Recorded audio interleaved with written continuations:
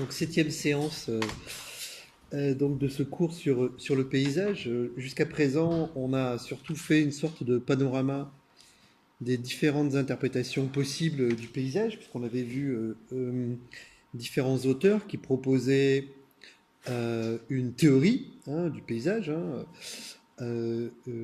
étant donné que, comme je l'avais indiqué, depuis une trentaine d'années, les études sur le paysage se sont développées, ont été très nombreuses dans différents champs théoriques, l'esthétique bien évidemment, l'urbanisme, la géographie, les sciences sociales, l'histoire même, les histoires du paysage célèbres. Et comme je l'avais indiqué, tout le monde a tendance un peu à employer ce terme de paysage,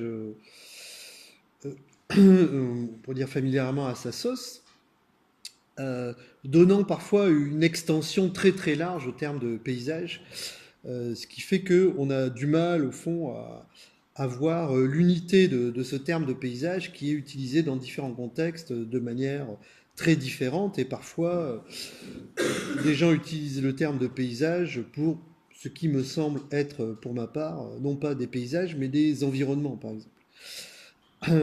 Et parmi donc cette floraison de conception du paysage, on en a vu quelques-unes, soit anciennes comme Zimmel, qui ont un siècle, soit très récentes comme Ritter, et lors de la dernière séance, François Julien, le sinologue, qui essaie de proposer quand même dans cette forêt touffue de signification une conception plus clair, c'est-à-dire des définitions, c'est-à-dire au fond le paysage, pour qu'il y ait paysage, il faut qu'il y ait d'abord tel ou tel trait caractéristique. Ensuite, on peut confronter le paysage à d'autres aspects, mais pour proposer comme ça des catégories peut-être plus franches que ce flou qui nous entoure depuis une trentaine d'années. Et comme je l'avais indiqué lors de la première séance, il me semble que pour ma part, le noyau dur de la notion de paysage est une notion esthétique. Et il me semble que beaucoup de gens étendent la notion de paysage au-delà du champ esthétique et que c'est une erreur. Voilà, parce que ce qu'ils appellent paysage, au fond, c'est ce qu'on pourrait appeler environnement. Et que, à mon sens, on ne peut parler de paysage que si on fait état d'une relation de jouissance esthétique entre la personne et son environnement. S'il n'y a pas cette relation de jouissance esthétique, c'est-à-dire de plaisir ou de déplaisir pris à son environnement, il me semble qu'on n'est plus vraiment dans une relation de paysage, mais dans quelque chose qui est une relation avec un milieu géographique, un environnement, etc. Alors ça, c'était la première partie du cours, une sorte de, comme ça de panorama, de différentes théories qui peuvent nous guider comme des fils directeurs. Dans la deuxième partie, je vais plutôt confronter la notion de paysage à d'autres notions. En fait, la deuxième partie va être plus personnelle.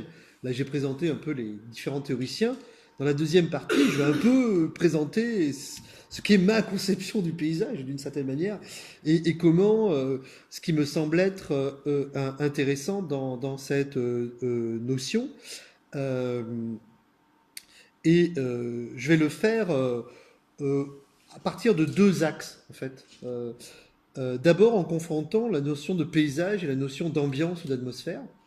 Euh, Parce qu'il me semble, on avait vu lors de la dernière séance avec François Julien, qu'au fond, l'une des grandes caractéristiques du paysage, c'est son caractère, on peut dire, atmosphérique. Ce que Zimmel, un siècle avant, avait déjà appelé Stimmung, donc tonalité, etc., quelque chose qui flotte dans l'air, ou qu'on peut nommer aura, etc., du paysage. Donc, on va d'abord en fait, travailler un peu ce rapport entre paysage, atmosphère, ambiance, aura. Il y a quelque chose un peu d'immatériel dans le paysage, mais qui qualifierait le paysage.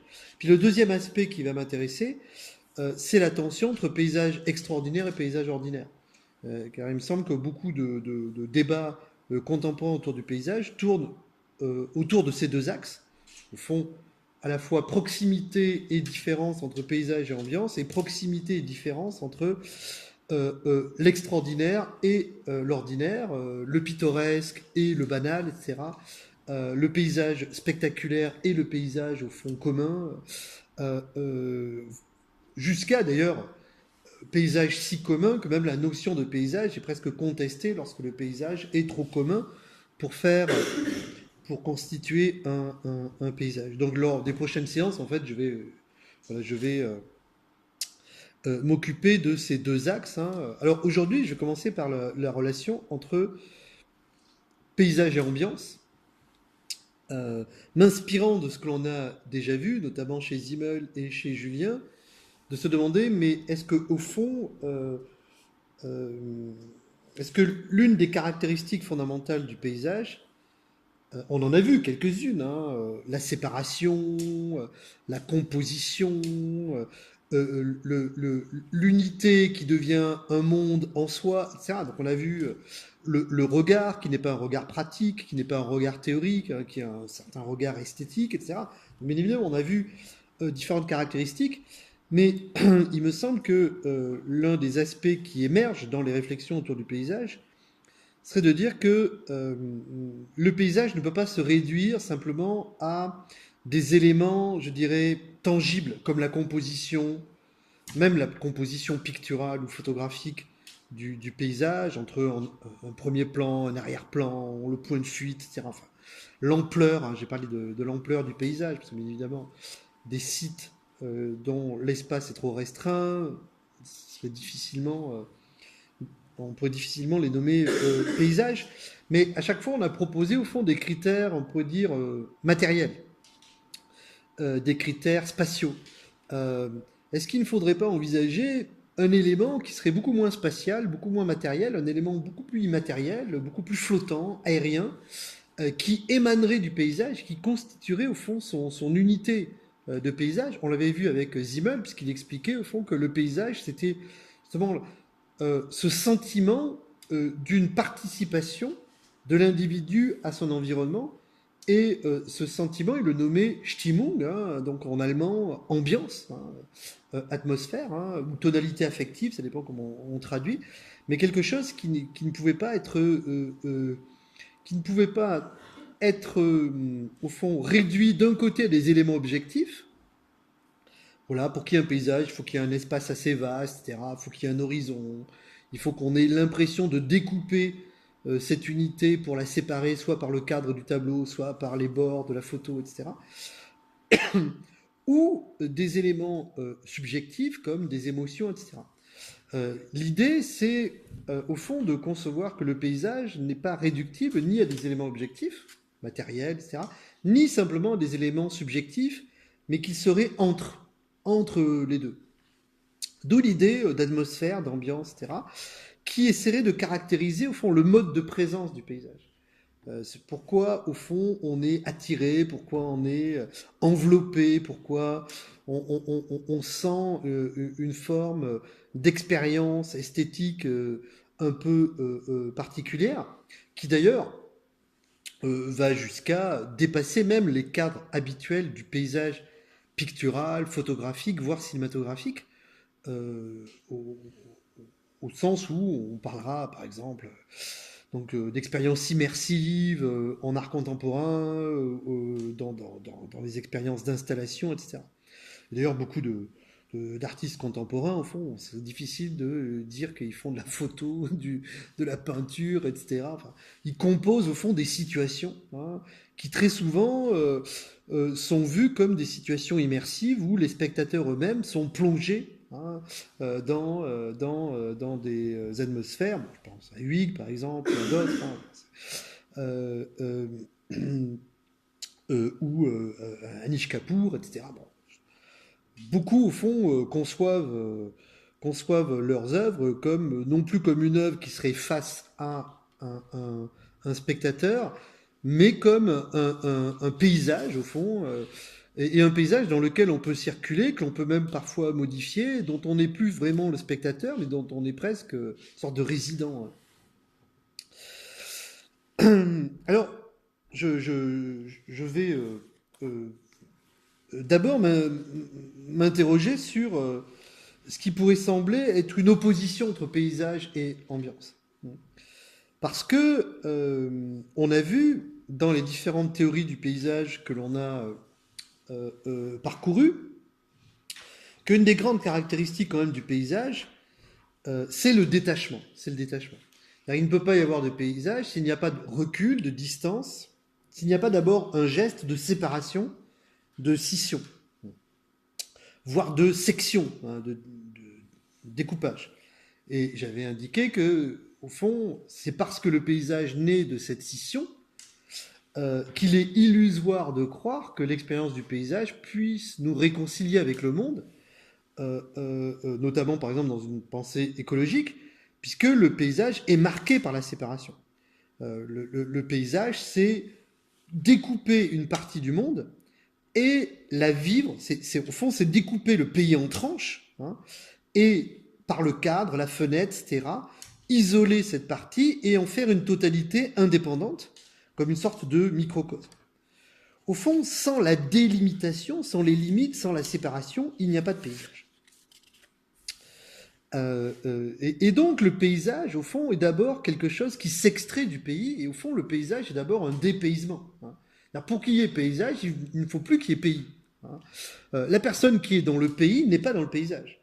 La personne qui est dans le pays, elle est intégrée émotionnellement ou de manière pratique dans ce pays, dans cet environnement qui l'entoure, mais elle ne le regarde pas comme un paysage.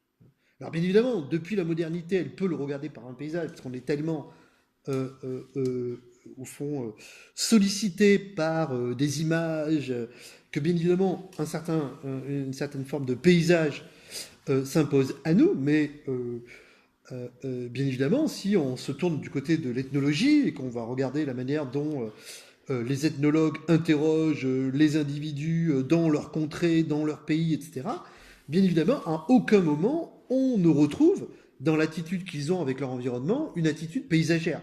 Ça ne veut pas dire qu'ils ne peuvent pas le concevoir de manière esthétique, mais cette esthétisation de leur environnement ne passe pas par l'isolement d'un objet qu'on nommerait paysage, qui deviendrait l'objet d'un nouveau culte, d'un plaisir spécifique, etc. Donc le paysage, en tant qu'il découpe le pays en tranches et isole une tranche pour la vivre comme telle, est un sectionnement, hein, c'est donc une forme de dépaysement. Et en même temps, le paysage implique aussi la distance entre le spectateur et le spectacle. Donc il y a une sorte de double découpage. On découpe une partie des autres parties et ensuite le spectateur lui-même, au fond, est coupé du spectacle par la distanciation spectaculaire qui d'ailleurs rend possible le spectacle.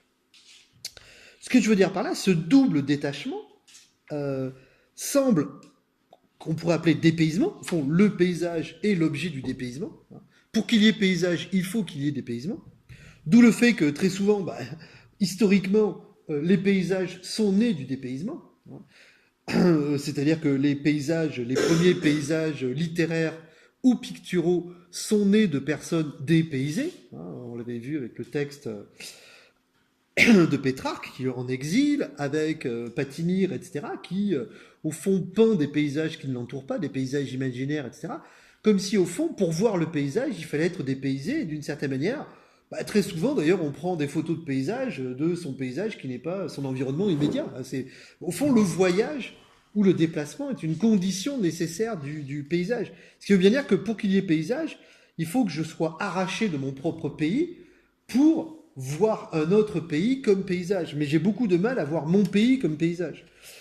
Et même presque, ce serait presque, je dirais, pas honteux, mais ça me choquerait. Par exemple, si, bien évidemment, lorsque je suis confronté à un touriste qui est dans mon territoire et qui regarde mon territoire comme un pur spectacle esthétique, paysager, bien évidemment, je suis choqué parce que j'ai l'impression que là où je vis est réduit au fond à un paysage. Donc il y aurait presque, c'est assez peu travaillé, mais je pense qu'il y a presque parfois une hostilité au paysage. C'est-à-dire qu'il y a une sorte de résistance à voir son environnement comme paysage, puisque le paysage devient ici simplement, au fond, un objet de délectation esthétique, alors que pour moi, bien évidemment, dont d'ailleurs je peux être aussi un des éléments de ce paysage-là. Enfin, le touriste peut me voir aussi comme, justement, comme un personnage de paysage, etc. Donc cette double condition, le recul, la distance, etc., la nécessité du déplacement, au fond, la non-appartenance au pays engendre le paysage, et au fond, la personne qui est intégrée dans son pays a rarement une relation de paysage avec ce pays. Et donc il faut cet arrachement du regard humain, cet arrachement aux soucis pratiques, pour susciter une forme d'étonnement qui, au fond, appartiennent au paysage. Et c'est pas d'ailleurs un hasard si Patinir, dans ses premiers paysages, c'est un des premiers peintres de paysages, présente très souvent Charon ou Saint-Christophe, qui sont précisément des hommes du déplacement, des hommes des figures de la mobilité.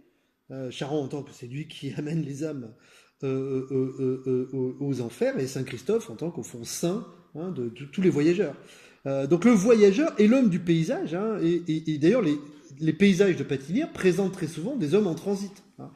Soit des transits, alors je dirais liés à l'histoire religieuse, par exemple la fuite en Égypte, etc., ou d'autres formes de déplacement. Par exemple, paysage avec Saint-Jérôme, où on voit la ville portuaire, etc., déjà avec l'idée de voyage, le chemin sinueux, et sur le chemin, au fond, des gens qui se déplacent, ou le repos pendant la fuite en Égypte de Patinir, qui au fond expose là aussi des personnages qui se déplacent. Et l'ermite d'ailleurs lui-même est très souvent a fui. Donc au fond, la fuite est liée au paysage. Pas simplement parce qu'il y a un point de fuite dans le paysage, mais c'est parce que l'homme fuit qu'il peut voir le paysage. Lorsqu'il est intégré dans son pays, il a rarement une relation de paysager, on peut dire, avec son pays. Les autres hommes, ceux qui restent chez eux, sont trop liés au terroir, ancrés dans l'utilité et les besoins pour accéder à ce décalage spatial et mental qui impliquerait de voir leur environnement comme paysage. Et c'est donc, au fond, de ce déplacement latéral et de distance, de découpe et de recul, que naît ce regard singulier en Occident. Ce faisant, n'y a-t-il pas une opposition franche entre le paysage, qui, au fond, naît de cette distance, naît de cet écart entre le pays et le spectateur, pays qui devient paysage, spectateur qui devient, enfin, personne qui devient spectateur, et l'idée d'ambiance qui, au contraire, implique l'enveloppement, qui implique la participation, qui implique l'intégration dans une totalité qui m'entoure. Le paysage, au fond, relèverait d'une esthétique du devant, je suis devant quelque chose, alors que l'ambiance impliquerait quelque chose qui serait de l'ordre du dedans. Je suis toujours dans une ambiance. D'ailleurs, si je vois l'ambiance comme paysage, je sors de l'ambiance, je ne suis plus dans l'ambiance. Mais évidemment, je peux toujours convertir une ambiance en paysage. Je peux toujours être dans une ambiance sociale ou autre, dans un match de football, et tout d'un coup, je m'ennuie, et je vois les gens, et je les vois comme paysages, etc. Je les observe comme personnages d'un paysage. Bien évidemment, je vois l'ambiance, festive, hostile, etc. Ça dépend si l'équipe gagne ou perd, etc. Mais moi, je ne participe plus à l'ambiance, je vois un spectacle. Et donc, mon regard peut très bien convertir une ambiance en paysage. De même, je suis dans une soirée, etc. Les gens s'amusent, moi je m'ennuie. Et tout d'un coup, je regarde, je prends du recul, je me recule, je me mets au bar, etc., ou accoudé sur un mur, et puis je regarde ce qui m'entoure. Je fais de l'ambiance un paysage, mais je ne suis plus dans l'ambiance. Donc il me semble qu'il y a une caractéristique fondamentale de l'ambiance, c'est la participation affective. C'est-à-dire que l'ambiance intègre, imprègne l'individu, et l'ambiance, au fond, empêche la distance. Alors que le paysage naît de la distance. L'ambiance implique l'enveloppement, la pénétration, comme air, justement. Dans l'ambiance, il n'y a plus de dedans, de dehors. L'ambiance, elle est en moi comme elle est autour de moi, que ce soit d'ailleurs une ambiance lugubre, hostile, joyeuse, festive, peu importe. Donc l'ambiance implique une absence de séparation, une absence de limite, de bornes, alors que le paysage, au contraire, naît avec la délimitation, naît avec les bornes, naît avec la distance. Au fond, pour dire que le paysage commence là où l'ambiance cesse, là où l'enveloppe atmosphérique et affective se déchire, le paysage peut advenir. On pourrait faire un jeu de mots, comme disait Freud, là où est le ça, le moi doit advenir, hein, on veut dire, là où est l'ambiance, le paysage doit advenir, si, bien évidemment, on est dans une relation esthétique. Ce qui montre, inversement, que la relation affective d'ambiance n'est pas une relation esthétique. C'est-à-dire que quand je suis dans une ambiance, je ne suis pas dans une relation esthétique, étant donné que la relation esthétique ne peut naître que par la distance. La relation esthétique, bien évidemment, peut produire des affects nouveaux, mais ce sont des affects qui naissent de la distance. Et j'avais déjà évoqué cette idée, au fond, que la relation esthétique est une sorte de participation dans la distance, alors que l'ambiance est une participation sans distance. Ce qui veut dire, au fond, que l'affect qui m'enveloppe dans l'ambiance, l'affect festif, si je suis dans une fête, etc., ou dans une cérémonie, l'affect lugubre si je suis, je ne sais pas moi, un enterrement ou dans un événement triste, hostile si je suis dans une ambiance tendue au travail, etc., ou dans la rue. Cet affect, bien évidemment, est tout autre que l'affect que j'aurais si je faisais de ces situations-là des paysages, par exemple, dans un film. Hein. Bien évidemment, quand je vois, je ne sais pas, un film sur un mariage, hein, Altman par exemple, bon, qui a souvent filmé les mariages, donc il y a un film d'ailleurs, je crois que ça s'appelle Un mariage, enfin un film des années 70 qui dure 3 heures, etc. Ou le début du film de Cimino, Voyage au bout de l'enfer, où on a un mariage comme ça, orthodoxe russe, etc., ou juif peut-être, d'ailleurs je ne m'en rappelle plus, peu importe. L'ambiance qui est dépeinte, bien évidemment, tout est fait pour que le spectateur y participe, mais ce n'est pas absolument la même que si moi-même je participais à ce mariage. Donc je maintiendrai que, au fond, la relation esthétique est une manière de suspendre la distance par la distance, mais qu'elle implique la distance. Alors que dans l'ambiance, il n'y a pas de distance. Hein. Il y a un enveloppement originel qui, au fond, n'est plus spectaculaire. Alors qu'au fond, la relation esthétique ne peut qu'être spectaculaire. Et même si, depuis 2 siècles, elle cherche à défaire le spectaculaire, c'est-à-dire à défaire la distance, à défaire le recul, à défaire la séparation, je crois qu'elle n'y arrivera pas, parce que constitutivement, elle ne peut naître que de cette séparation. Et que tous les dispositifs esthétiques qui visent à l'intégration du lecteur dans le texte, du spectateur dans le spectacle, que ce soit d'ailleurs au théâtre, pensons au théâtre brechtien, au cinéma, etc., ou même aux œuvres d'installation immersive, etc., je crois qu'elles n'y parviennent pas. Elles produisent autre chose, mais il serait faux de croire que le paysage puisse, au fond, suspendre cette relation de distance. On va voir, il va jouer entre la distance et l'intégration, mais sans à partir de la distance. Je dirais au fond que, comme on dit dans la Bible, nolim et tangere, hein, ne me touche pas, le paysage repose sur l'interdiction du contact. Il ne faut pas qu'il y ait contact pour qu'il y ait paysage. D'ailleurs, il n'y a pas de paysage tactile. Il y a des paysages sonores, il y a des paysages olfactifs, si l'on veut, et des paysages visuels. Mais le paysage ne peut pas produire le contact total et global de l'homme avec son environnement. Au fond, on pourrait dire, sous tout paysage, il y a un petit panneau, même s'il n'y est pas, ne pas toucher. Au fond, tout paysage repose sur le ne pas toucher. C'est-à-dire qu'on est devant un paysage artistique ou naturel, et ce paysage, au fond, nous dit « ne me touche pas ». Et d'ailleurs, même si tu essaies de me toucher, tu n'y arriverais pas, parce qu'il ne peut pas y avoir de contact immédiat. Le paysage est une médiation, il ne peut pas produire de l'immédiat. Il produit l'illusion de l'immédiat, mais il doit accepter de produire cette illusion de l'immédiat à partir du média. Alors bien évidemment, on va voir que certains, je vais parler de Cézanne et de Carus, Carus était un peintre romantique, et on va voir que bien évidemment, chez eux, il y a une sorte de volonté de dépasser cette médiation pour plonger dans le paysage. Alors voyons tout de même, s'il n'y a pas, malgré tout, un caractère, on pourrait dire, ambientiel ou atmosphérique du paysage. Là, j'ai joué des oppositions entre une ambiance qui impliquerait l'enveloppement, la pénétration, l'immédiateté, et un paysage, au contraire, qui repose sur la séparation avec le monde, la distance, etc., et qui, avec le retrait, qui au fond est cette tension entre le dedans et le devant. On l'a vu déjà avec François Julien quand il parle du paysage asiatique, au sens où l'une des thèses fortes de son livre Vivre de paysage, c'est l'idée que dans le paysage asiatique, il y aurait la recherche de cette participation totale, de cet abandon du spectateur dans le spectacle, de cette fusion affective.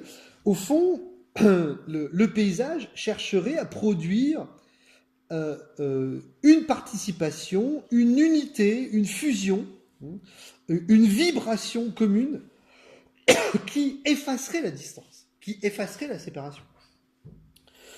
Certes, tous les paysages ne sont pas fondés sur cet appel à la participation. D'autres, au contraire, jouent avec la distance. Hubert Robert et d'autres, etc. Mais le paysage, notamment le paysage romantique et post-romantique, on peut dire avec Cézanne, exprimerait au fond l'idée de projeter le spectateur dans le spectacle et non plus de jouer de cette distance. Même si le paysage naîtrait du détachement, le paysage voudrait dépasser le détachement par l'élan fusionnel, par une sorte d'élan fusionnel, d'appel du tableau, de l'image, etc., à disparaître en lui. Au fond, le paysage porterait une sorte de cosmologie, c'est-à-dire de volonté d'unité de l'homme et du monde, de vertige, de tournoiement. Tout paysage serait une sorte d'invitation à se perdre dans le paysage, comme l'exemple fameux sur lequel revient François Cheng, de ce peintre chinois qui disparaît lui-même dans son paysage. Au fond, le paysage aspirerait à la désindividuation. L'individu chercherait à disparaître comme individu, comme spectateur dans le paysage, de sorte que l'émotion qui caractériserait le paysage ne serait plus l'émotion d'autoconservation, mais au contraire une émotion de participation magique, mystique avec le monde, de ce que Lévi-Bruhl, qui est un anthropologue français, nomme résonance ou participation. Et il insiste beaucoup sur son analyse de la pensée mythique ou mythologique, sur cette volonté de résonance ou de participation. Et donc, en un sens, le paysage esthétique, pictural, littéraire, photographique, qui est né de la modernité, c'est-à-dire qui est né de la séparation, de la rationalisation, comme on l'avait déjà vu avec les thèses de Ritter, le paysage tenterait de compenser cette séparation par la résonance, par la participation. Le spectateur, au fond, ne resterait jamais ce sage théoricien qui observerait l'être qui lui est donné à voir, comme spectacle, comme paysage, mais par l'émotion, voudrait participer par la vue, et même au-delà, par des synesthésies que susciterait le paysage, voudrait participer à ce paysage et même se perdre et s'abandonner en lui. Le paysage ne serait non plus une simple contemplation paisible, objective de la nature, mais le plaisir esthétique qu'il procurerait impliquerait le spectateur dans le paysage, de sorte qu'au fond, le paysage aspirerait à devenir ambiance. C'est-à-dire que le paysage voudrait créer une ambiance, et on a vu que dans le texte de Simmel, Philosophie du paysage, il parle précisément de la Stimmung, de l'ambiance ou de la tonalité atmosphérique, comme justement ce qui réconcilie le sujet et l'objet dans une sorte d'un tout, d'unité totalité, qui est cette fusion affective du paysage. Alors essayons de creuser cette tonalité affective du paysage, cette Stimmung atmosphérique, au fond, ce qui flotte autour du paysage et qui nous attirerait, qui viserait à produire en nous une forme d'abandon. Et donc il y aurait une tension dans le paysage entre un paysage qui irait vers la théoria, un paysage qui irait vers la contemplation, dont a parlé Ritter, et un paysage qui irait vers la participation affective et qui dépasserait la théoria, le regard comme ça un peu distant et objectivant, vers une forme de participation quasi musical, fusionnel au paysage.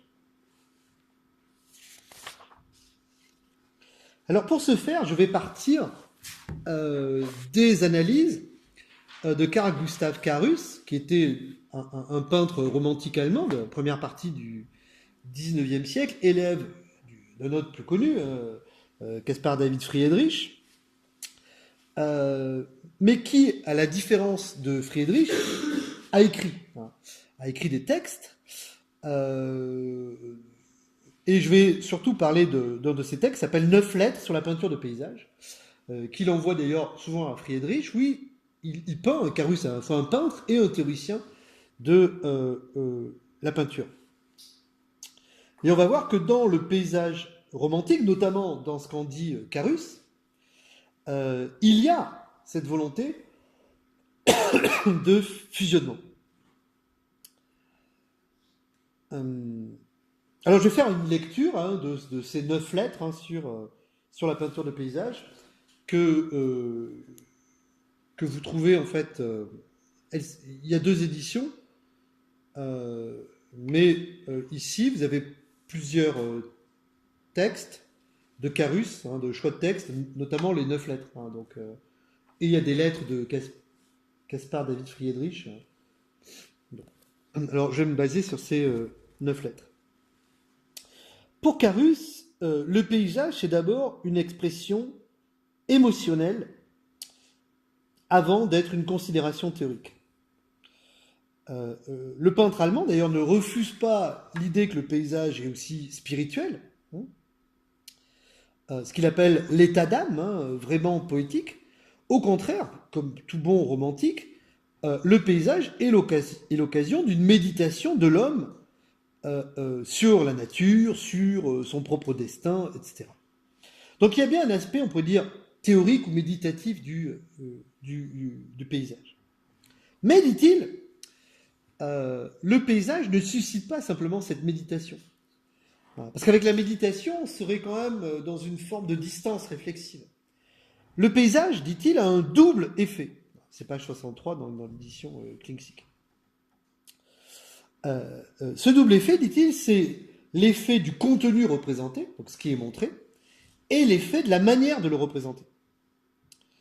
Donc pour lui, le paysage, c'est à la fois, on peut dire, ce qui est peint et la manière de le peindre. Dans le cas du tableau, comme très souvent les paysages sont des paysages naturels, c'est au fond le site, on peut dire, qui est peint. Alors, souvent c'est l'île de Rügen en Allemagne, enfin dans le nord de l'Allemagne, donc au large de Rostock, etc. Mais des îles comme ça dans la mer Baltique, je crois que c'est déjà la mer Baltique, que Friedrich avait peint et que Carus, il va faire une sorte de pèlerinage comme ça sur les pas de Friedrich et il peint et il décrit ce paysage de l'île de Rügen. Donc ce double effet joue justement entre la représentation et la sensation. La représentation, c'est ce qui est représenté, et la sensation, c'est la manière dont je représente ce qui est représenté pour susciter la même sensation chez le spectateur. Parce que bien évidemment, chez le peintre romantique, il n'y a pas simplement la fusion du peintre avec son environnement, enfin ce qu'il représente, il y a aussi la volonté que le spectateur lui-même fusionnera avec ce qui est représenté. Si, dit-il, donc il parle de représentation et de sensation, la représentation définissant plutôt ce qui est représenté, la représentation comme l'objet de la représentation, et la sensation. Alors il dit ceci, enfin je résume un peu, si la représentation témoigne de la capacité de l'homme de se donner une image finie de ce qui l'entoure. Puisque je vais représenter, donc je choisis de représenter l'île de Rügen, je ne peux pas représenter toute l'île de Rügen, donc il faut que je choisisse, bien évidemment, ce qu'on va appeler une vue. Donc une vue, c'est une limite. Ça, c'est la représentation. Donc la représentation est nécessairement limitée, elle donne une image finie de ce qui entoure. Et la représentation relève de la maîtrise. Donc avec la représentation, le peintre choisit sa vue, etc., compose son paysage, etc. Par contre, dit-il, la sensation, c'est-à-dire la manière de représenter, elle n'est plus soumise, comme la représentation, à la limite. Elle n'est plus soumise à la forme finie. Au contraire, dit-il, la sensation, à l'inverse de la représentation, je le cite, nous plonge dans un tout plus grand, voire infini. Dans un tout plus grand, voire infini. Donc déjà, dans le paysage, il y a une tension entre le caractère fini du représenté et le caractère infini de la sensation suscitée. La contemplation d'un paysage naturel ou artistique met en jeu cette relation. Au fond, c'est une représentation finie, parce que tout paysage est une représentation finie, hein, d'une certaine manière, il y a toujours des limites, hein, même ce qui est représenté est fini. C'est une représentation finie qui doit provoquer une sensation infinie. Voilà ce qu'est pour Carus le paysage. Or, c'est la sensation qui, d'une certaine manière, anime la représentation. Si la représentation est délimitation, la représentation est morte. La représentation fixe les limites, etc. Alors que la sensation va être l'élément infini, mais aussi l'élément qui va donner vie au fini. Donc au fond, la sensation va être ce qui anime la représentation en lui donnant son unité ouverte. Cette animation, hein, cette vivification du tableau, comment la nomme Carus ? 60 ans avant Simmel, il parle de Stimmung, tonalité. Ce qui unifie, ce qui donne de l'unité ou de l'animation à la représentation, c'est la Stimmung. Stimmung, on a vu en allemand, hein, ça peut se traduire à la fois comme une Stimmung, c'est une atmosphère, enfin c'est une émotion, c'est pas simplement un sentiment, hein, c'est pas quelque chose qui est en nous, qui est lié à une personne ou à un objet, mais une Stimmung, on pourrait dire c'est un sentiment qui flotte autour de nous et qui est lié à une situation, à un espace, c'est-à-dire une atmosphère. Donc au fond, l'atmosphère, c'est l'élément d'animation du paysage. Si le paysage ne dégageait pas cette atmosphère, le paysage serait une représentation, c'est-à-dire une vue. Il serait au fond objectivant. Mais le paysage n'est pas objectivant parce qu'il est atmosphérique. Et dit au fond Carus, tout paysage possède une tonalité, c'est-à-dire une atmosphère sensible et émotionnelle qui en fait plus qu'une simple représentation. Et pourquoi alors ?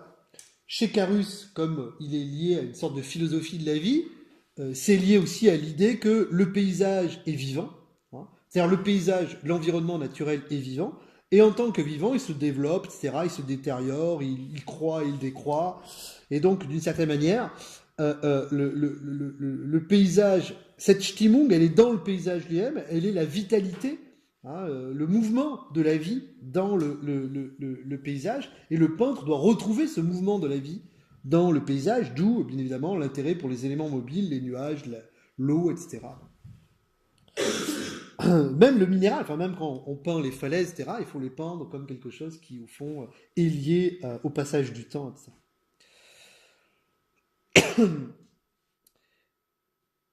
Et dit ici Carus, en fait, il y a des tonalités dans le paysage lui-même et il y a des tonalités dans l'âme. Hein, je le cite, hein, bon, c'est une citation un peu longue. Il dit ceci, donc c'est page 72 et 73, donc dans l'édition Klingsik. Et dans le cœur lui-même, quelle série d'états d'âme aurons-nous donc ? De même que l'on a dans la vie éternelle de la nature une apparition, une disparition de certaines formes de vie, hein, ce dont je parlais, on aura bien sûr dans la vie éternelle de l'âme, qu'une apparition, une disparition de certaines manifestations de la vie du cœur, du Gemüt, hein, de l'aspect de l'esprit affectif. Le sentiment d'essor, de stimulation, de développement, le sentiment de vraie clarté, de vrai repos, le sentiment de détérioration, de mélancolie, l'absence de tout sentiment, l'apathie, sont aussi les quatre stades auxquels peut être ramené, comme aux sons fondamentaux et primitifs, la vie du cœur, dans toute sa multiplicité infinie. Alors j'ai un peu commenté ce passage. Je laisserai de côté l'idée qu'il y a 4 stades, parce que ça renvoie sans doute aux 4 humeurs fondamentales d'Hippocrate et donc à la médecine grecque, donc aux 4 émotions fondamentales, puisqu'il parle de la mélancolie. Donc, je laisse de côté ces 4 stades. Pour, au fond, ce qui est remarquable ici, c'est que Carus nous dit, au fond, il y a dans le paysage une tonalité, hein, qui exprime les états de la vie de la nature, et il y a dans le cœur, au fond, les mêmes tonalités. Et le paysage, c'est quoi ? Il y a paysage lorsque le spectateur harmonise, au fond, ces tonalités internes avec cette tonalité externe de la nature. Le paysage, au fond, serait ce moment un peu magique d'une concordance entre les tonalités du pays lui-même, cette vitalité de ce qui nous entoure, hein, avec la vitalité en nous. Au fond, le paysage, c'est le moment où le cœur hein, fusionne avec la vie hein, du cosmos, hein, du monde qui l'entoure. Et l'art du paysage consiste donc, dit Carus, je le cite, l'art du paysage consiste en la représentation, c'est toujours une représentation, d'une certaine tonalité de la vie affective, donc on peut supposer que celle du paysage, par la reproduction de la vie, de la vie affective, donc ici le cœur, hein, en nous, par la reproduction de la tonalité correspondante de la vie naturelle, c'est-à-dire de la nature. Donc au fond, le paysage, c'est la représentation qui vise à faire que à la tonalité du paysage s'articule la tonalité du cœur. Et dit-il, c'est une synthèse. Hein, c'est une synthèse. Et le paysage, au fond, il y a paysage lorsque j'éprouve immédiatement cette correspondance miraculeuse entre un spectacle et une humeur, entre un état d'âme, on peut dire, et un état extérieur. Hein. Il y a paysage lorsque, au fond, des émotions qui seraient dans le pays correspondent à des émotions qui sont en moi. Alors on va voir que dans le détail, ça va être un peu compliqué parce que, bien évidemment, très souvent, on trouve chez certains auteurs, notamment des esthéticiens, plutôt une théorie projective. C'est-à-dire qu'au fond, pour eux, bien évidemment, il ne peut pas y avoir d'émotion dans l'espace. L'espace est matériel, l'espace est géographique, il n'y a pas de mélancolie dans la nature, il n'y a pas de joie dans la nature, mais ce serait l'homme qui projetterait cette mélancolie ou cette joie dans la nature. Et très souvent, on a une théorie projective ou anthropomorphique, on pourrait dire, du paysage. C'est l'homme qui, en fait, introduit dans ce qui l'entoure ses propres émotions. Et en soi, il n'y a pas de paysage triste, en soi, il n'y a pas de paysage joyeux, il n'y a pas de paysage hostile ou de paysage paisible, etc. C'est l'individu, parce qu'il est joyeux, paisible, etc., qui va faire en sorte, en le peignant, en le représentant, de faire comme si cette joie, cette tristesse émanait du paysage. Donc je dirais que, globalement, ce qui domine, c'est plutôt cette théorie projective. Or, Carus nous dit tout autre chose. C'est pas une théorie projective. Pour lui, il y a des tonalités dans la nature. Ces tonalités ne sont pas introduites par l'homme. C'est pas l'homme qui projette dans la nature ces tonalités. Ces tonalités y sont parce que la nature elle-même est vivante et la vie étant un mouvement d'augmentation et de diminution ne peut qu'exprimer des émotions. Ce que l'on retrouverait d'ailleurs presque un siècle plus tard dans la psychologie qu'on a appelée la Gestalt, Gestalt psychologie, psychologie de la forme, où les psychologues de la forme comme Kafka, Wertheimer, Köhler, etc., ou Arnhem, qui disent par exemple, je me rappelle d'un passage de Arnhem sur le sol pleureur, le sol pleureur est triste. Enfin, pourquoi dans toutes les cultures le sol pleureur est l'exemple de la tristesse? C'est pas parce qu'on projette en nous dans le sol pleureur la tristesse, mais parce qu'il y a des formes et des mouvements qui, dans le sol pleureur, évoquent les formes et les mouvements de notre propre abattement physique. Et donc, c'est pas nous qui projetons une forme qui serait psychique dans quelque chose de physique. Il y a dans le physique des formes vitales, d'augmentation, de diminution, qui éveillent en nous, au fond, les mêmes formes émotionnelles. Et comme dit, au fond, Arnhem, il y a donc des expressions dans la nature. La nature est expressive. La nature n'est pas neutre et c'est pas l'homme qui colore par ses propres expressions cette expressivité naturelle, même si la modernité technique et scientifique a eu tendance à développer cette thèse-là d'une inexpressivité de la nature qui serait compensée par l'expressivité humaine, artistique.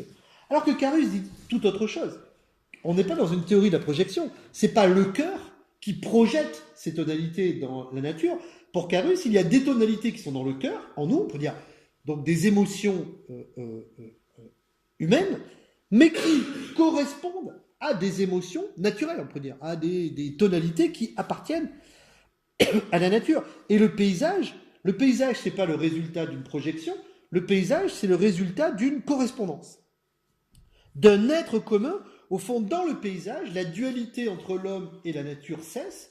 L'homme reconnaît dans la nature les mêmes émotions qui sont en lui. C'est pas lui qui les met dans la nature. Il, au fond, il contemple dans le paysage des sentiments qui le traversent aussi, et il s'abandonne à cette communauté émotionnelle, hein, qui dépasse au fond la séparation entre ses propres émotions, les tonalités du cœur et les tonalités de la nature, hein, comme dans la citation que j'ai donnée, hein, la tonalité de la vie affective en nous et les tonalités de la vie naturelle, qui sont celles de la nature. Donc il y aurait dans le paysage une sorte d'effacement de la dualité entre l'homme et son environnement, une suspension de cette séparation, et un moment heureux, magique, hein, d'une appartenance, d'une reconnaissance d'une communauté qui précéderait toute division. Je cite Carus. Quel sentiment s'empare de toi lorsque, gravissant le sommet des montagnes, tu contemples de là-haut la longue suite des collines, le cours des fleuves et le spectacle glorieux qui s'ouvre devant toi. Tu te recueilles dans le silence, tu te perds toi-même dans l'infini de l'espace, tu sens le calme limpide et la pureté envahir ton être, tu oublies ton moi, tu n'es rien, Dieu est tout. Dieu est tout. Alors ce qui m'intéresse ici, c'est l'envahissement, hein, ce qui envahit ton être, au point d'oublier ton être. Je parlais de désindividuation. Enfin, l'individu n'a plus de moi, il est plus séparé. Hein, il se perd dans ce tout. Alors laissons Dieu et tout, parce que c'est une forme comme ça de panthéisme, bien évidemment, assez caractéristique de la pensée romantique. En fait, dans ses lettres, et dans d'autres écrits d'ailleurs, Carus insiste beaucoup sur cet abandon. Hein, abandon. D'ailleurs, je cite un autre texte qui s'appelle Voyage à l'île de Rügen, sur les traces de Caspar David Friedrich, donc toujours de Carl Gustav Carus. Donc ça avait été publié aux éditions Première Pierre 1999, page 60. Carus disait ceci dans ce récit de voyage. À vrai dire, c'est seul qu'il faut visiter Rügen. Il faut, faisant taire toute arrière-pensée, s'abandonner humblement à cette nature monotone, aller en solitaire au bord des criques sonores. Donc cette thématique de l'abandon, elle est assez présente chez lui, hein, se laisser envahir, se laisser abandonner, etc. Alors il insiste sur cet abandon, hein, et je vais essayer d'interroger un peu ce que signifie cet abandon. En fait, cet abandon essaie de décrire une sorte d'interpénétration entre ce qui est vu et celui qui voit. Dans l'abandon, il n'y a plus de dualité. Dans l'abandon, il n'y a plus de tension entre le spectateur et le spectacle, de distance. Au fond, l'abandon est l'expérience même de cette correspondance affective, atmosphérique entre le paysage et l'individu. Peu importe que l'on nomme cette unité Dieu, hein, unité éternelle, suprême et infinie, etc., sous-jacente à tout ce que nous pensons, etc. Ce qui est plus important, c'est que le sujet, justement, se désubjective, hein, il n'est plus là comme sujet, comme moi, de même que l'objet n'est plus objet. Il n'y a plus d'objet, il n'y a plus de sujet. Hein. Il y a une sorte d'affinité, d'unité, de correspondance. Et à ce titre, Carus dit ceci de très intéressant. Donc c'est dans le voyage à l'île de Rügen, page 68. Il recherche cette affinité mystérieuse, dit-il, hein, cette affinité mystérieuse, cette participation émotionnelle entre le spectacle et le spectateur, le paysage et au fond celui qui en jouit. Et il dit, ce n'est plus une représentation, il faut se laisser engloutir, et je le cite encore, car une telle immersion, Untergehen, hein, en allemand ça veut dire vraiment se dissoudre, hein, tomber sous, hein, comme ça s'abandonner. Cette immersion, Untergehen, n'est pas une perte, mais un gain. Cette immersion n'est pas une perte, mais un gain. C'est page 68. Je peux me dire en allemand, hein. Ein solches Untergehen ist kein Verlieren, hein, c'est pas un Verlieren, une perte. Hein. Es ist nur Gewinnen, hein, c'est un gain, c'est quelque chose que l'on gagne, que l'on obtient. Alors, Untergehen, c'est même, on peut même le traduire par un engloutissement. Hein, par un engloutissement. Untergehen, c'est même, on peut traduire par un naufrage. Hein, faire un naufrage, etc. Donc, au fond, l'expérience esthétique, ce serait cet Untergehen, cet abandon, cet engloutissement, c'est-à-dire, ou comme on dirait, on peut dire dans la psychologie populaire contemporaine, le lâcher-prise. C'est typiquement ça. C'est, il faut, au fond, se laisser engloutir. Alors, bien évidemment, tout ce vocabulaire de l'immersion, etc., de la sortie de l'opposition entre le paysage et le spectateur, renvoie à l'atmosphérique. Vous voyez, il parle de Stimmung, il parle d'abandon, etc. On voit bien que ce qu'il recherche, c'est à la fois, même dans son voyage, c'est de se repaître d'atmosphère, et que dans son travail de peintre, c'est d'essayer de rendre, de restituer cette dimension atmosphère, cette sensation infinie, qui ne peut pas être limitée matériellement par des limites, hein, et qui, sensation infinie, qui doit avoir la capacité d'engloutir hein,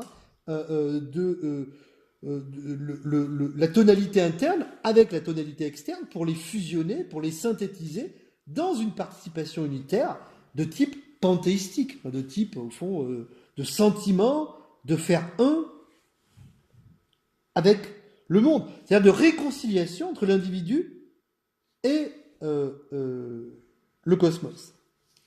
S'il me reste un peu de temps. Donc.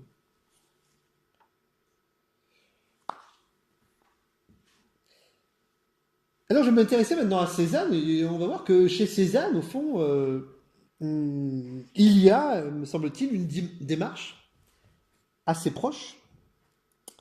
Même si Cézanne serait horrifié qu'on puisse le comparer à un peintre romantique, pour d'autres raisons, parce que, bon, en un sens, bien évidemment, la peinture romantique, notamment française, Géricault et Delacroix, et au fond, la matrice de l'impressionnisme et du post-impressionnisme, notamment chez Cézanne. En tout cas, il aurait du mal à considérer que ce qu'il veut exprimer sur la nature puisse être identifié à quelque chose qui serait romantique. Alors, je vais me baser surtout sur ce que Cézanne dit de sa peinture, plutôt que sur sa peinture elle-même, même si, bien évidemment, cela vaut, il suffit de regarder les représentations de la montagne Sainte-Victoire. Et donc, je vais me baser sur les conversations avec Joachim Gasquet, hein, bon, texte célèbre où Gasquet accompagnait quasiment de manière hebdomadaire Cézanne hein, autour de la montagne Sainte-Victoire et lui posait des questions sur son travail. Alors, il y aurait beaucoup à dire sur la manière dont Cézanne décrit son travail, mais je vais bien évidemment extraire de ces conversations ce qui va dans le sens de cette recherche d'atmosphère. On le sait, Cézanne a beaucoup insisté sur le fait que pour peindre, il faut faire taire les idées. Il faut abandonner les idées. Et d'une certaine manière, bon, l'idée du peintre comme peintre d'idées, hein, l'idée que la peinture est, comme le dit Léonard de Vinci, une cosa mentale, hein, une chose de l'esprit, ennuie Cézanne parce que il considère que l'idée est un préjugé hein, visuel et que l'idée, au fond, oblitère hein, le regard, la virginité du regard, etc. Et que l'idée, au fond, sont comme des prénotions et que l'on peint plus ce que l'on sait que ce que l'on voit. Et donc, pour lui, pour dire dans le mouvement impressionniste, il faut, d'une certaine manière, suspendre ce que l'on sait pour peindre ce que l'on voit. Et bien évidemment, là encore, on peut dire, comme chez Carus, au fond, il faut faire taire la représentation pour exprimer la sensation. Si la représentation relève de l'idée, hein, il faut fondre la représentation, les formes notamment, pour retrouver, au fond, quelque chose qui ne pourrait pas être réduit à une forme. Ce que j'essaie de vous traduire, dit Cézanne à Gasquet, est plus mystérieux, s'enchevêtre aux racines même de l'être.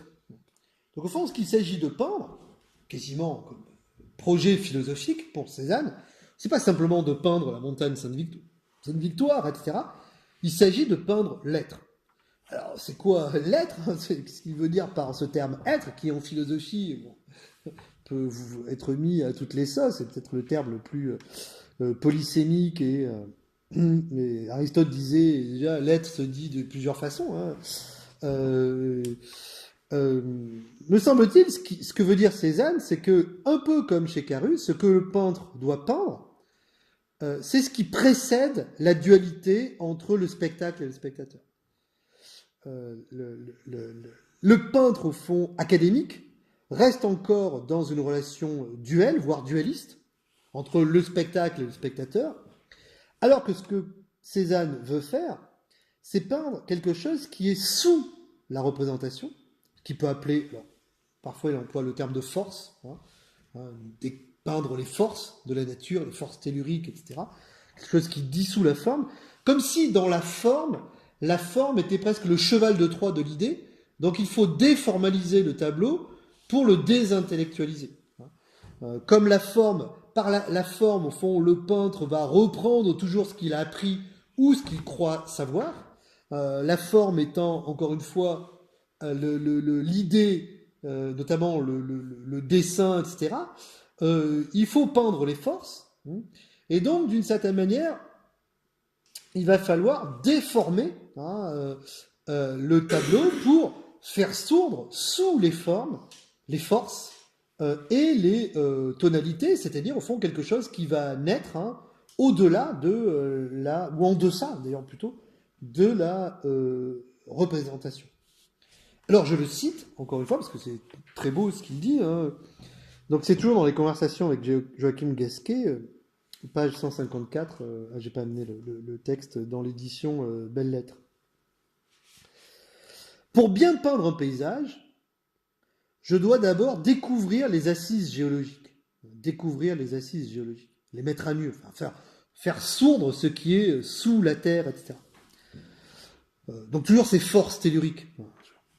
Songez que l'histoire du monde date du jour où deux atomes se sont rencontrés, où deux tourbillons, deux danses chimiques se sont combinés. Toujours le mouvement vital de Carus. Le cosmos, c'est d'abord un mouvement vital. C'est pas des formes fixes. Ces grands arcs-en-ciel, ces prismes cosmiques, cette aube de nous-mêmes au-dessus du néant. Je les vois monter. Je m'en sature en lisant Lucrèce, Denatoire et Rerum, etc. C'est ça l'être. L'être, c'est la force. L'être, au fond, c'est ce qui remonte du dessous vers le dessus, etc. Ces prismes cosmiques, cette aube, cette naissance, ce mouvement, ce qui monte. Et je m'en sature en lisant ce poème philosophique de la nature des choses, de Lucrèce. Sous cette fine pluie, pluie de quoi c'est très métaphorique, mais sans doute pluie de ces images, de ces émotions, qui montent comme ça, la pluie descend habituellement, mais bon, là, on peut supposer que c'est une forme de miroitement. Je respire la virginité du monde, comme les impressionnistes, comme disait Monet, je veux peindre le monde comme si j'étais aveugle et que tout d'un coup je recouvrais la vue. Je respire la virginité du monde, je respire, toujours l'atmosphère, c'est pas je vois la virginité du monde, mais je la respire. Un sens aigu des nuances au travail. Je me sens coloré par toutes les nuances de l'infini. On retrouve la sensation infinie de Carus, etc. L'enveloppement. À ce moment-là, je ne fais plus qu'un avec mon tableau. Tu vois, unité, participation, etc.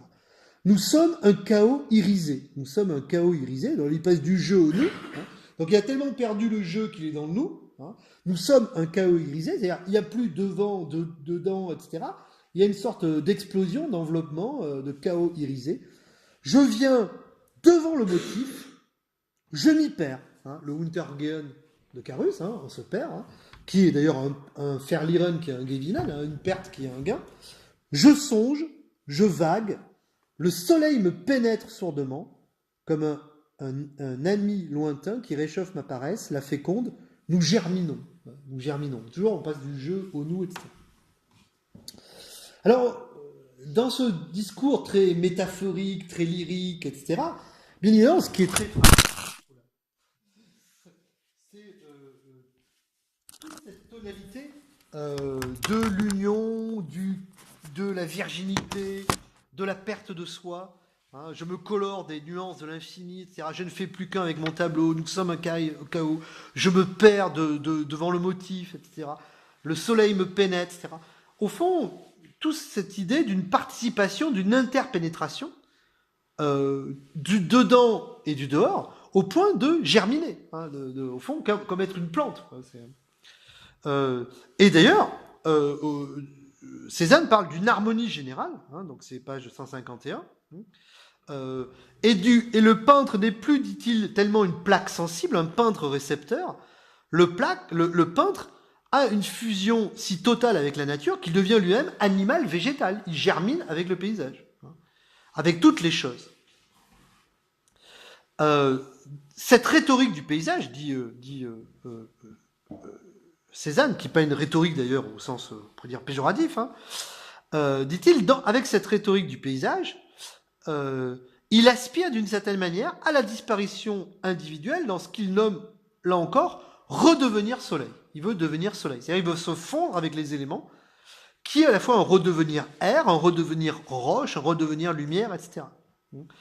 De même, dans l'usage de la couleur, il dit cette façon de laisser dans les interstices du sol scintiller le bleu du ciel, hein, dans ces tableaux, exprime là aussi le fait que ciel et terre, hein, fusionnent. Hein, il peut y avoir des taches de couleur qui sont censées être de la terre qui sont dans le ciel. Il peut y avoir du bleu du ciel dans la terre et inversement. Au fond, tout doit être dissous d'une certaine manière. Le peintre insiste d'ailleurs à de nombreuses reprises sur cette dimension rayonnement, respiration, souffle, flux. Il parle, page 154, d'une logique aérienne de son tableau, hein, qui gouverne son art. La relation qu'il entretient même avec le motif, c'est-à-dire la montagne Sainte-Victoire, relève, dit-il, d'un abandon, d'une religion, dit-il, qui le relie, bien évidemment, à ce lieu. C'est en effet, dit-il, un même mouvement sensible qui court à travers les choses et les individus. Je le cite, quand la sensation est dans sa plénitude, elle s'harmonise avec tout l'être. Le tourbillonnement du monde, au fond d'un cerveau, se résoudre au fond d'un cerveau, donc toujours hein, dedans, dehors, mais qui vont se dissoudre, se résout dans le même mouvement que perçoivent chacun en leur lyrisme propre, les yeux, les oreilles, la bouche, le nez, etc. Et l'art, je crois, nous met dans cet état de grâce où l'émotion universelle se traduit religieusement, mais très naturellement, en nous. Et donc ici, au fond, on voit ce vocabulaire de la fusion du cœur et du lieu, hein, la montagne Sainte-Victoire, qui sont fondus dans une émotion cosmique qui accouple le corps et les éléments naturels, fait vibrer tout en profondeur, au point que l'individu disparaît. Je cite encore Cézanne, donc c'est page 162. La nature parle à tous, eh bien, jamais on n'a peint le paysage, comme si, au fond, jamais avant lui on avait peint le paysage, et il se finit en disant ceci, l'homme absent, tout entier dans le paysage. Toujours cette Untergehen de Carus, l'homme absent tout entier dans le paysage, c'est-à-dire s'engloutir, disparaître, faire naufrage dans le paysage. L'homme absent, c'est-à-dire désindividuation totale. Donc le nouveau paysage, le paysage cézannien, aspire à fondre l'individu et le lieu dans l'ambiance atmosphérique même, dans cet élément d'immersion, hein, qui à la fois exprime les forces de la nature et au fond fond, hein, comme une fusion, tout dans cette respiration, dans cette vibration sur laquelle il insiste à plusieurs reprises. Alors je m'arrête là, et lors de la prochaine séance, j'essaierai de montrer que, en dépit de Carus et de Cézanne, je reviendrai tout de même à l'idée que, malgré ces tentatives et ces appels réitérés à l'immersion paysagère et à cette logique de la fusion, de la synthèse, de la participation, défaisant l'opposition du spectacle et du spectateur, j'essaierai de montrer que, me semble-t-il, elle ne peut qu'échouer, non pas esthétiquement, parce que bien évidemment ça donne des œuvres merveilleuses, mais elle ne peut qu'échouer dans ce qu'elle promet, et qu'il n'y a pas de fait d'immersion. Il y a l'immersion dans un tableau, hein, mais que cette immersion ne peut pas être une immersion totale, affective, au cœur d'un milieu vivant. Et donc, lors de la prochaine séance, je jouerai entre ce que j'appellerais l'abstraction, c'est-à-dire la séparation, et l'empathie, l'Einfühlung, la volonté de faire, de sentir avec, et en montrant au fond que le paysage ne peut pas se défaire de ces deux mouvements, et qu'il est toujours entre abstraction et empathie, entre recul et participation. Mais l'idée d'une participation totale qui mettrait fin à la distance, l'homme tout entier dans le paysage, ne pourra jamais être atteinte, et qu'il y aura toujours, au fond, que l'on fait comme si, hein, que l'on joue à cet abandon, à cet Untergehen, mais qu'il n'y a jamais véritablement d'abandon. Donc ça sera l'objet de la prochaine séance. Et si vous avez des questions, je suis évidemment disposé à y répondre. Hein, dans... Moi, je vais prendre les détails de votre livre pour les communiquer. Ah oui, oui, bien à sûr. Ingrid, parce qu'elle n'a pas pu venir, elle est à Paris aujourd'hui. Oui. Cézanne parle de son expérience d'artiste. Oui. Et ce n'est pas la même que l'expérience du spectateur. Ah oui, bien évidemment. Bien évidemment, parce que d'ailleurs, je dirais que, enfin, je ne vais pas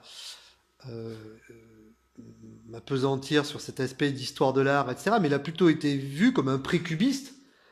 Il a plutôt été vu comme quelqu'un de la forme géométrique, plutôt que comme cet art de la respiration, de la vibration, de la déformation, de la sensation fusionnelle. Alors que lorsqu'on regarde ce qu'il écrit, même si parfois il parle de forme géométrique, etc., il y a vraiment...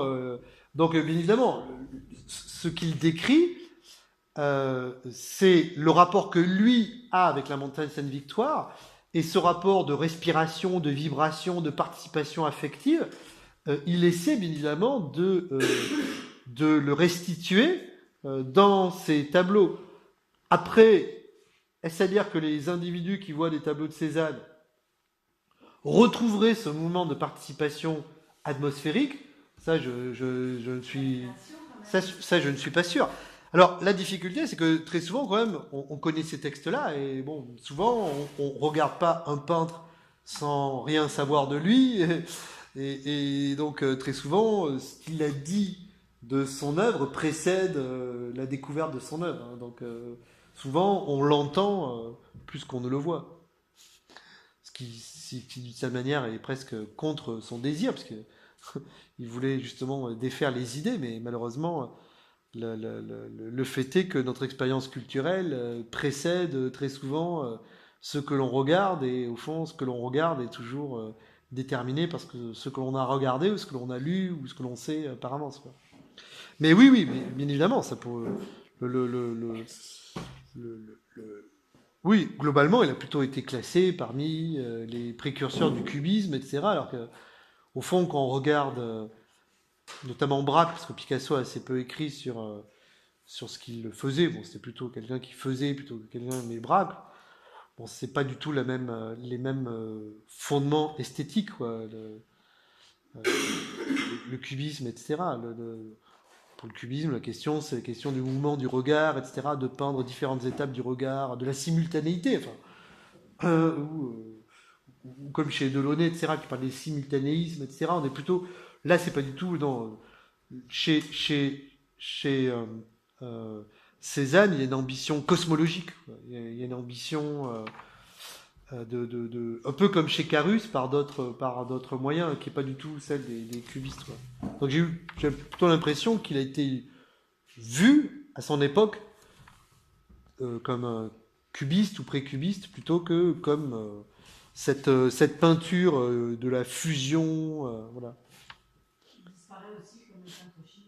Oui, c'est vrai, oui. Oui. Et Cézanne, c'est un peintre pour philosophe, parce que beaucoup de philosophes ont écrit sur lui. Alors, il y a un texte célèbre de Merleau-Ponty, Le silence de Cézanne, etc. Mais Maldinet, dont j'ai parlé pour la peinture chinoise, et d'autres ont beaucoup écrit sur Cézanne. D'ailleurs, Maro Carbone, qui est professeur de philosophie à Lyon, a écrit un livre sur Cézanne lu par les philosophes. Et très souvent, d'ailleurs, chez Merleau-Ponty, ce qu'il met en avant, c'est ça. Enfin, ce qu'il met en avant, c'est le fait qu'il cherche quelque chose qui n'est plus de l'ordre du sujet-objet, qui est plus de l'ordre de la tension entre dedans, dehors, intérieur, extérieur, quelque chose qui précède ce qu'il appelle l'être, que même Merleau-Ponty appelle l'être vertical, quelque chose qui précéderait la dualité. Et qui renvoie au fond, c'est pour ça que je parlais de Lévi-Brûle, qui renvoie au fond à des modes de conception du monde euh, qu'on retrouve dans des sociétés amazoniennes ou africaines, etc.